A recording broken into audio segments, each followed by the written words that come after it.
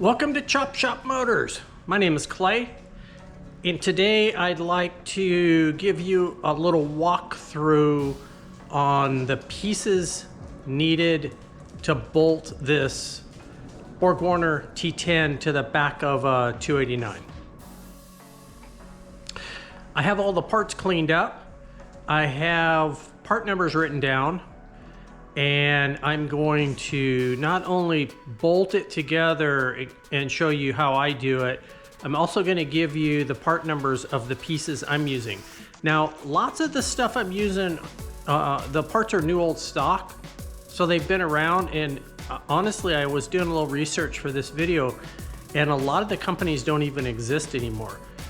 Now, that doesn't mean you can't get the parts. It just means you really do need to know what the part number is that you're looking for, so that when you buy it, you can be confident that it's what you need for your application.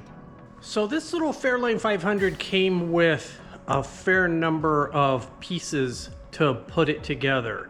And so we're gonna look at those, and I try to identify what they were originally, you know, a lot of them are performance oriented, so it takes a little sleuthing to try to figure out who actually manufactured them. Some of the aftermarket companies in the 60s and 70s didn't do a really focused job on identifying their pieces. They were painted particular colors, and they had a sticker on them to say who manufactured them, and that was about the extent of it. So you can imagine, as the part sits, you know, for a few decades, that those stickers are long gone. The color's still there, and that's really what I use to do most of the guesswork around what it is. Bottom line, it doesn't really matter. It's just kind of interesting to try to figure out what the stuff was. The other parts that I bought that have part numbers, I'm going to show you. I'm also going to do something that typically you probably don't see a lot of people doing anymore, and that is I'm going to flip the ring gear on the flywheel. So the ring gear has some teeth that have a little bit of wear on them, and so I'm going to flip the ring gear, and I'll show you how to do that. Anymore, people don't do it. People probably don't even know you can do it. They'll just buy a flywheel. But honestly, I'm too tight. I'm not buying a flywheel, and I'm certainly not replacing an original Ford flywheel with a Chinese flywheel that I have no idea if it's even round. So I'm gonna go ahead and show you that. And if time permits, and I have all the parts and everything, which I think I do, I'll bolt the transmission and bell housing and all that stuff on the back of this motor and make it an assembly. So I'm going to show you some of the inventory of parts that I have.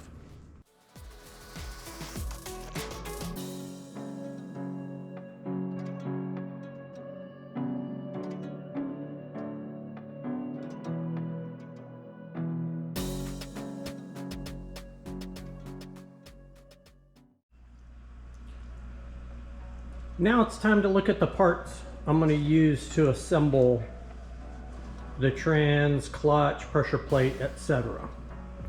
So I had a comment in the comment section asking for a little more detail on who manufactured the parts I'm using and what were some of the part numbers, and I totally get that. So I'm going to give you what I'm using on this application.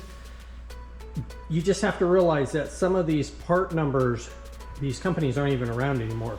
So you would have to search on, you know, swap meets and auction sites and things like that, but they are available. And so let's kind of take a peek here.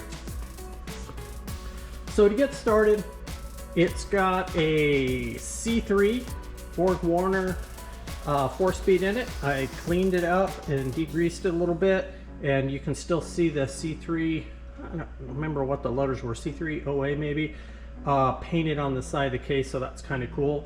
So that's the transmission. The shifter is a Hurst Competition Plus.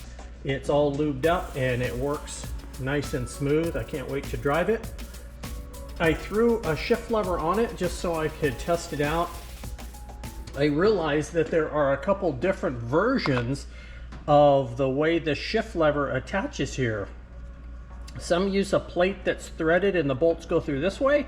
Some use a plate that just has a hole in it and the bolts go through this way. Not really a big deal, just another thing to pay attention to at the swap meets as you're looking for pieces to put your old hot rod together. All right, so transmission 63, we kind of talked a little bit about that. Cool piece. Here are some of the other pieces. Bell housing. It's got a Lakewood scatter shield is what I have, to the best of my knowledge, can tell. And the reason I think it is because the part number on the separator plate is a 15726, and that is still a good Lakewood number. Now that doesn't mean that Lakewood didn't buy someone else's rights to some stuff they manufactured. It kind of happens all the time. Sometimes the part numbers do roll over, but my guess is this particular one is probably a Lakewood. So it's got a separator plate and the scatter shield all in great shape. Of course, I mean, you could blow up a clutch in one of those and it would still be in great shape. So they're heavy and they're durable. So no surprise that that was good to go. So we have a bell housing. Then let's get inside. We have a flywheel. In this case, it is 157 tooth Ford. Part number for this flywheel is, I'm looking, C305 or OE. I can't quite tell from the casting. 83808. It's the small early flywheel that came on lots of small blocks, and easy to find, readily available. You can also buy one new. I'm using all the stuff that came with the car. This flywheel has a few teeth that are a little worn, and so after I show you all this stuff, I'm going to show you how I flip that flywheel ring and use it for another, give it another life. So right now it's at its half-life. All right, so we have a flywheel, we have a bell housing, then we go to a pressure plate. So the pressure plate in this car, the tell on some of these early speed parts are really the colors. And so this pressure plate was orange. It's in really good shape. I think it's going to work just fine. The best I can tell is it was a haze. Now I could be wrong, and it could have been some remanufactured pressure plate and just painted.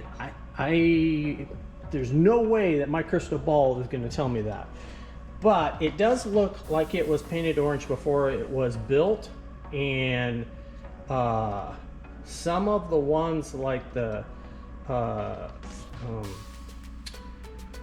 Schaefer's and things like that were painted after they were assembled. So I don't know. I'm gonna go with haze. If it's something else, it's something else. It's the one we're using. But that is the pressure plate. Looks like it's gonna work out just fine. We get to the clutch disc, and on the pressure plate, I will tell you, it has a part number of 10CF. So it says model number 10CF. I'm giving you all the clues I can if you're accidentally having to put one of these together. Okay, clutch disc, 10.4 inch clutch disc. It's purple. A lot of the Zoom stuff was purple, but as I clean this up, it's actually a Perfection American.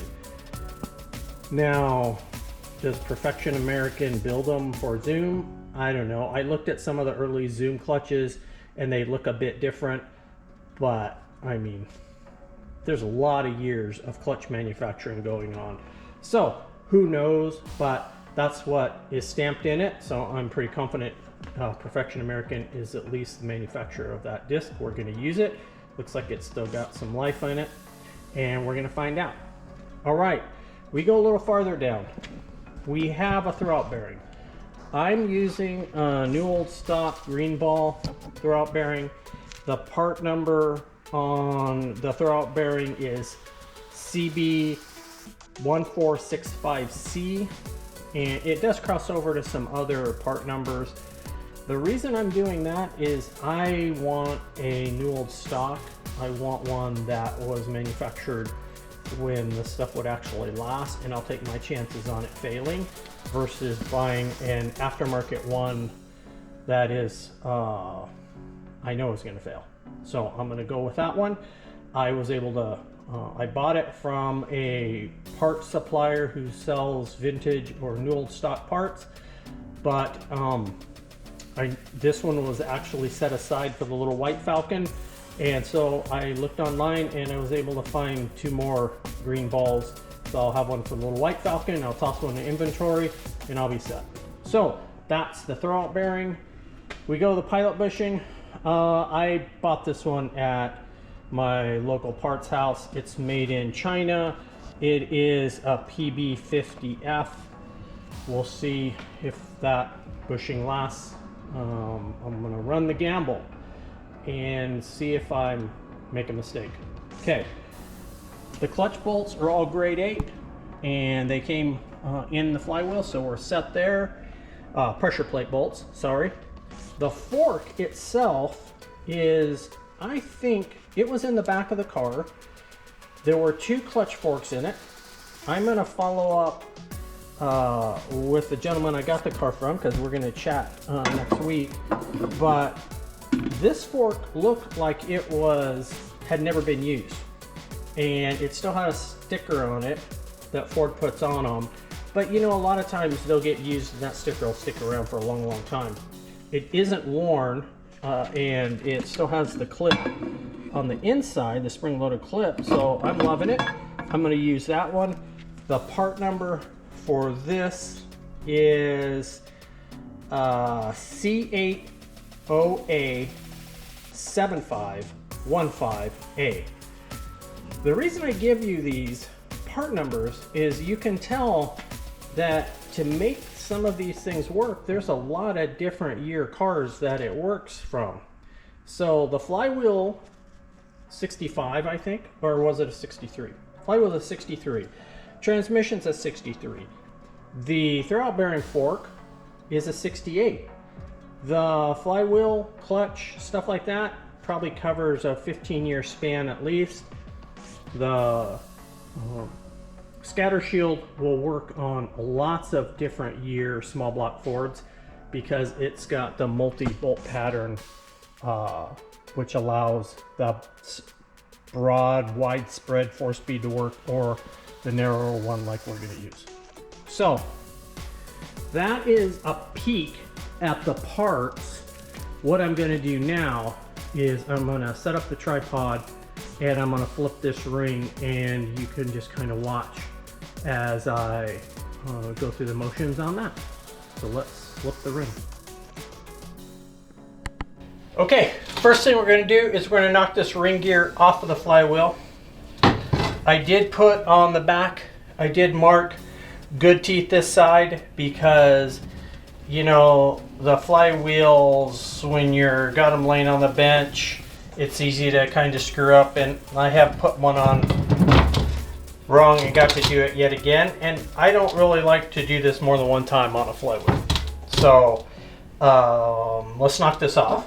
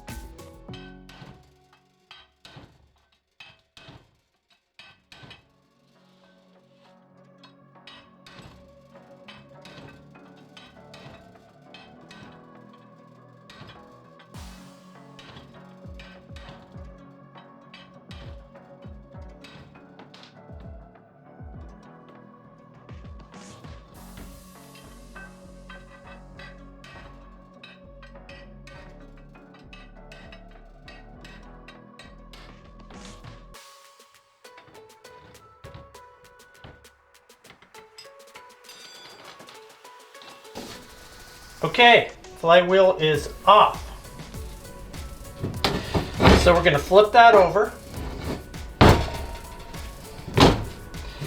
And we're going to put this back on the exact same way.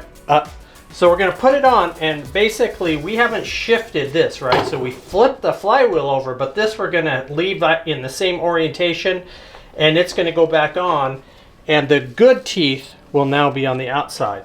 So that's going to sit just like that. Okay, so what we're going to do is I'm just going to clean up this flywheel a little bit. Not very much to have to do to it. I just want it to not give me any hassle.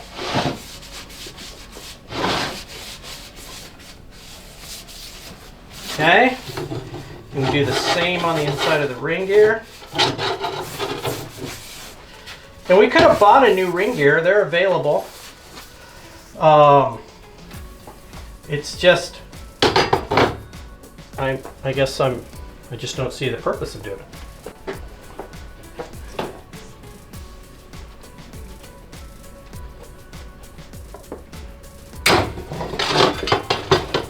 So I just basically need a way to hold this.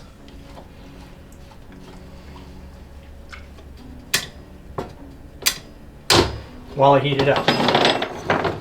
Okay, so now the next thing I'm going to do is I'm going to heat this up a little bit and get this to expand. So I'm going to put some gas on it, get that to expand. And the plan will be it should drop right on to this flywheel. And I guess we'll see in a minute, won't we? All right.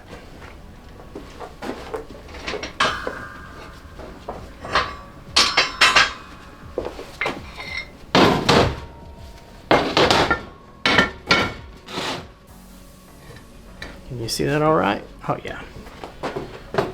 So, just want to make sure that everything's going to clear as I'm doing that. All right. Let's give it some.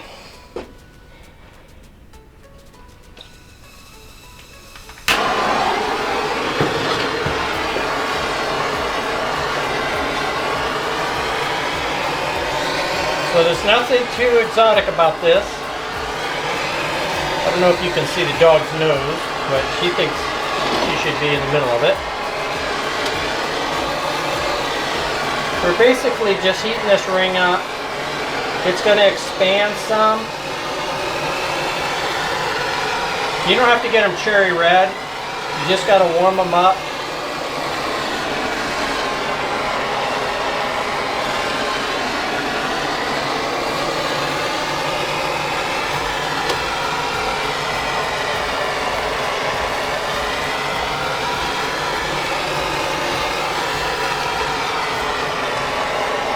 You just want to make sure you don't have anything around that you're going to hurt with the heat from the torch. And you can use an oxyacetylene to do this. I started using this little propane bottle for a lot of things, and it actually is just super convenient. It's not quite as fast as an acetylene, but it seems to work all right.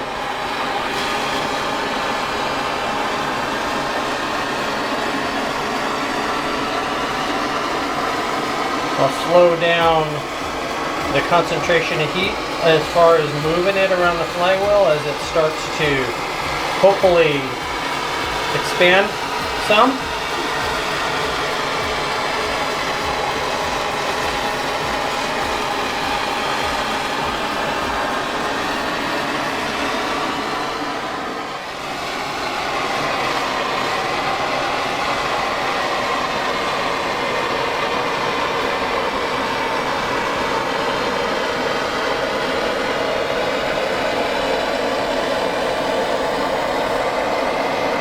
So typically, if you get them hot enough, they drop right on. So I could tell I did not get this hot enough.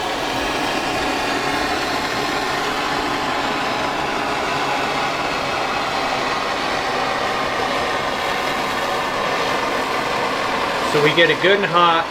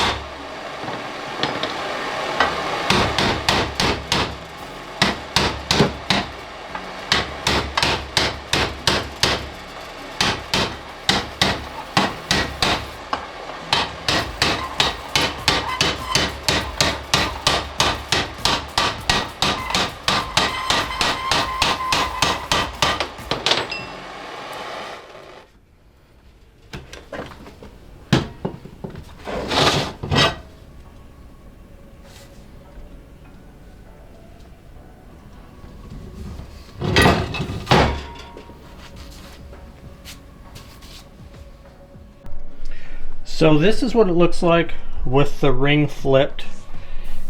It did take a little more heat than I expected, but once you get it hot enough, then it fits over that. And once it cools and both the flywheel and the ring are at the same temperature, it never budges. So that is the flywheel flip. And now we can look at putting some of this other stuff together. So let's assemble some parts. Here is a little 289 that is going in the Fairlane. The engine cart that it's on does not allow me to just bolt the trans assembly onto it. So I am going to pull it off of this dolly and put it, not sure if I want to block it up or if I want to put it on a rolly cart right at the moment, or put it on there after I put the transmission and stuff on. So let me get it off of this cart and we'll kind of figure out what the right next step is. All right, so stay tuned.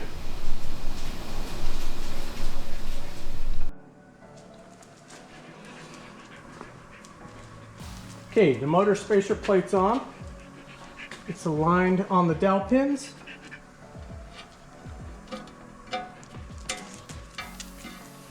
And the flywheel's on.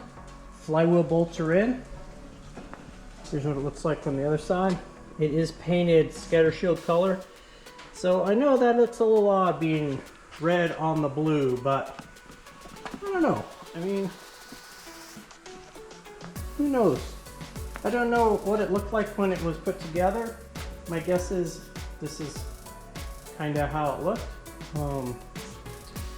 So I'm just following along. If somebody bought that scatter shield and put it on there, that's probably what they would do. And now we're going to go ahead and put the pilot bushing in.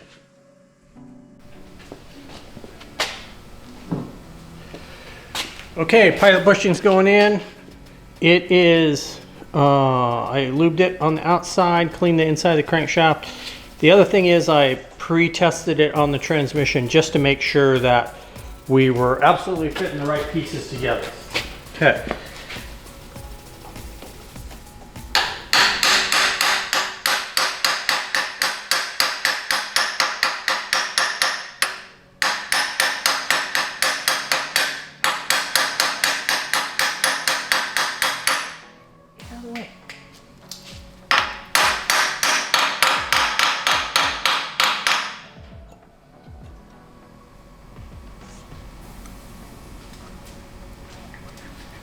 Okay, pilot bushing is in.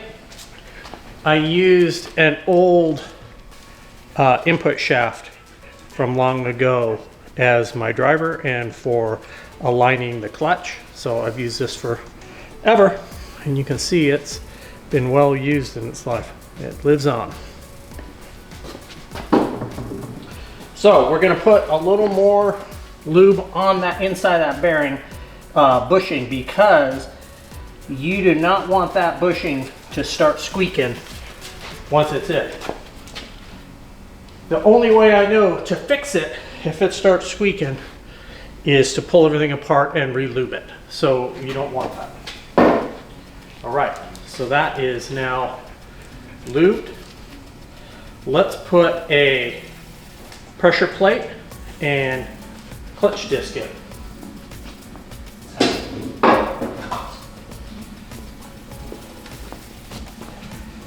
So this disc is going to go in with this piece that's kind of sticking out toward the pressure plate.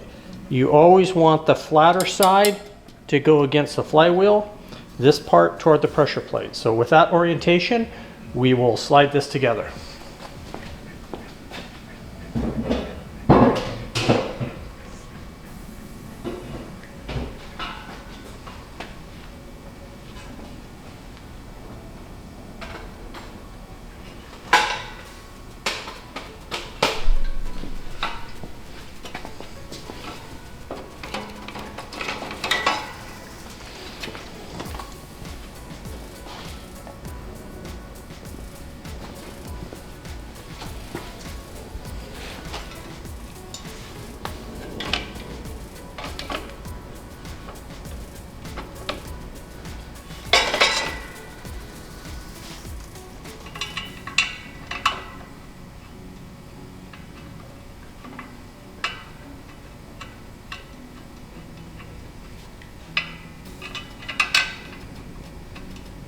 Get a couple bolts started here.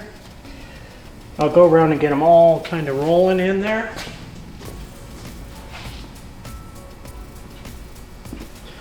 Again, these are all grade 8.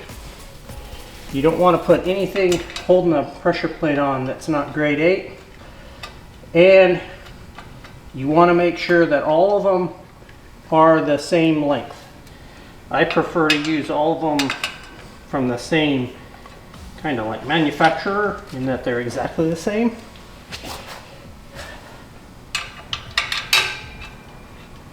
Because that does screw up the balance.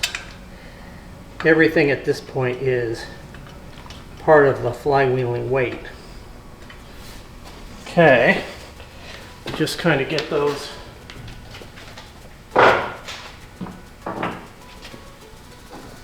zipped up a little bit.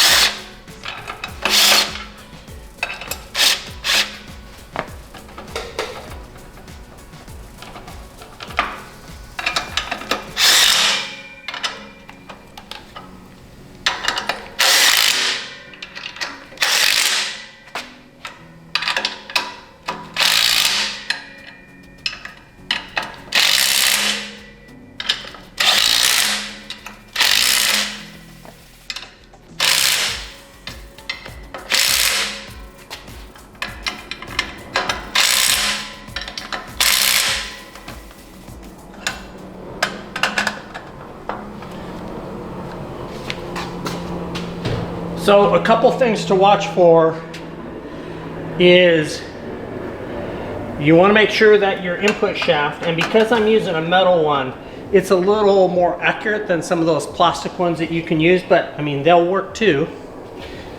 I'm making sure that that's going to slide in and out easily, because that's going to replicate the transmission sliding in. And I'm going to make sure that the fingers have come off of the pressure plate. So that means that now the fingers are loaded onto that clutch disc. You assume that's exactly what it's going to be like. This is probably a time to do what I call a straight face test. Don't assume anything.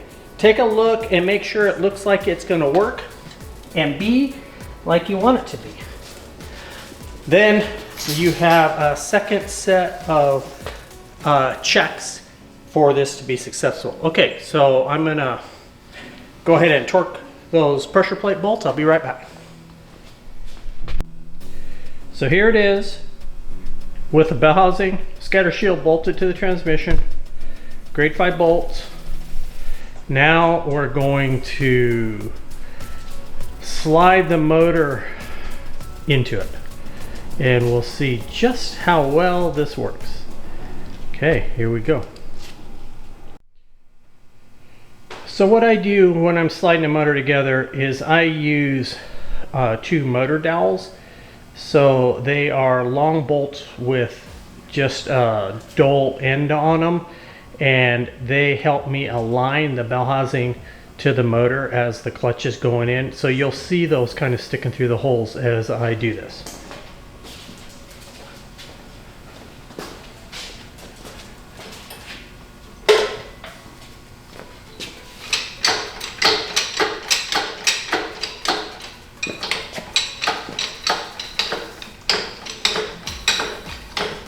This is always easier with a couple people, but I just have a dog.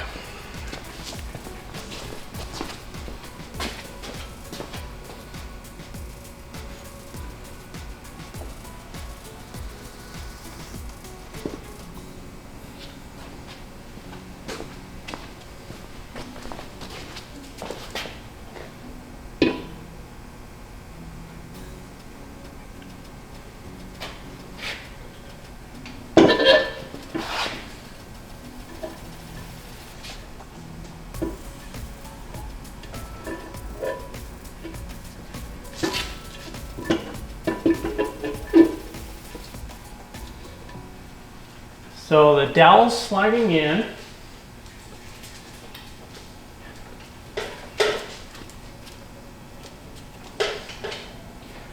And I'm just kind of pulling things in together. You never want to force this part at all. Okay, so I'm going to check it up just a little bit. The chances that that clutch is right on is slim and none.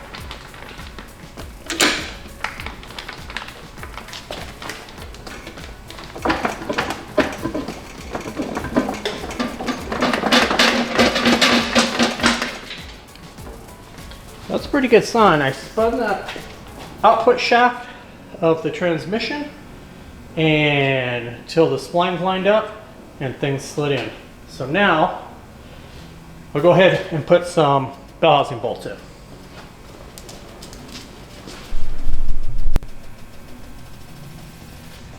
So here's what it looks like with the motor bolted to the transmission. Everything slid in nice and smooth. These are the dowel pin bolts I use. I just screw those into the block about 3/4 of an inch or 3/8 of an inch, and then it's easy to pull them out. All right, last thing I'll do is put the bolts around the bottom of the scatter shield, and I think we're going to be good. To wrap this up, I'll show you the finished subassembly. 289 attached to scatter shield, attached to a 4-speed, and it is ready for the next step. So the next step, we still have to do some stuff on the car to prep it, and some of the other videos are following along. But that doesn't keep us from doing some of these other things along the way to keep the project moving. Goal again, make this car a driver. Getting a little closer every time. I'm Clay for Chop Shop Motors, and we'll see you on the next project.